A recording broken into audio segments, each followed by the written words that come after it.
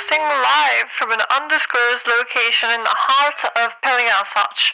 This is Vera Bell delivering to you the latest developments over both the radio and, I lament to inform you, over the television as well.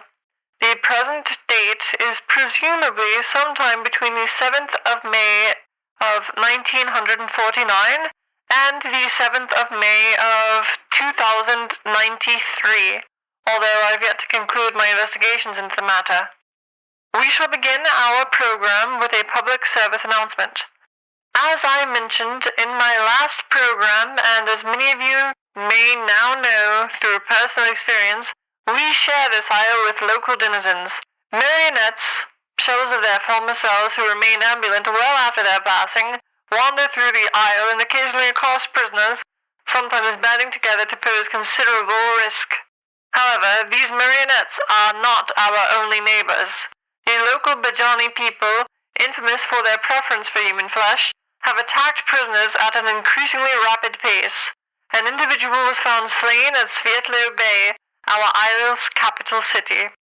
I witnessed as a Bajani woman attempted to take the life of local junk dealer Chevy Campbell, although the merchant retaliated, triumphing against the woman of the mountain. I even overheard the disturbed laughter of what I presume to be a Bajani near my own remote estate, and I have heard time and again calls for assistance by the victims of the Bajani over the radio, although generally individuals are triumphant against Bajani attacks, and the Bajani population has been repeatedly culled. The Bajani, as has been established, are the consequence of extreme irradiation present in parts of the isle. As a holdover from the nuclear age myself, I prioritize security against the dangers of radiation. I regularly monitor the isle's ambient radiation levels with my Geiger counter. Over the past few days, I have noticed a most disturbing trend. Ambient radiation levels have increased across the isle. While our populace regularly feels the effects of solar flares, ambient solar radiation does not explain these readings. I must preface this statement with a reminder that correlation does not necessarily signify causation. However, I have noticed that with the death of each Bajani, ambient radiation levels have increased. Again, this could be just a coincidence, but it is something islanders should be wary of. Another disturbing trend. Bajani behavior has, by all reports, increased in complexity over time. There are even reports of Bajani seen properly holding firearms. This could be a coincidence, but there is reason to believe that the increase in ambient radiation is a potential cause. For most people, an increase in ambient radiation is hypothesized to have a negative effect on their general intelligence. But, for these Bajani, already the victims of radiation, the ambient radiation could have an inverse effect. Again, this is just a mere hypothesis, but please be wary. Slaying these Bajani could, potentially, counterintuitively, make the island significantly less safe for prisoners. For safety purposes, I recommend you carry potassium iodide pills on you at all times, as well as a Geiger counter and spare batteries. These more intelligent Bajani are suspected to reside in hotbeds of nuclear radiation, such as the power plants on Peliasach's northeast, and so I implore you to avoid that region. That information concludes my public service announcement.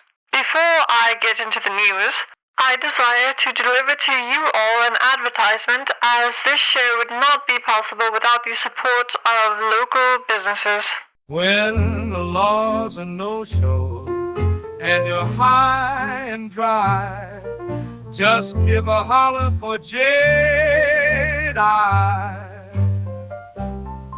When the moon is low and the night is dark, Jade Eye's there for you, leaving its mark. Road-killing junkers, the saviors of the night, bringing justice where Teco One can't get it right. Jade Eye mercenaries tackle any task on failure such they'll complete any ask.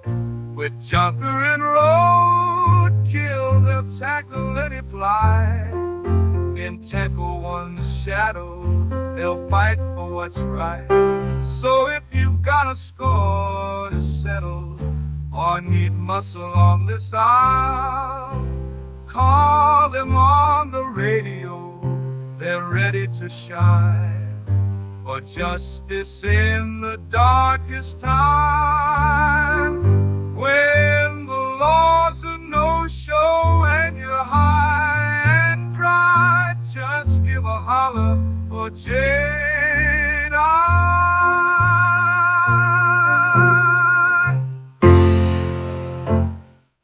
So, if you've got a score to settle, a debt to collect, or just need a little extra muscle in your corner, don't waste another minute.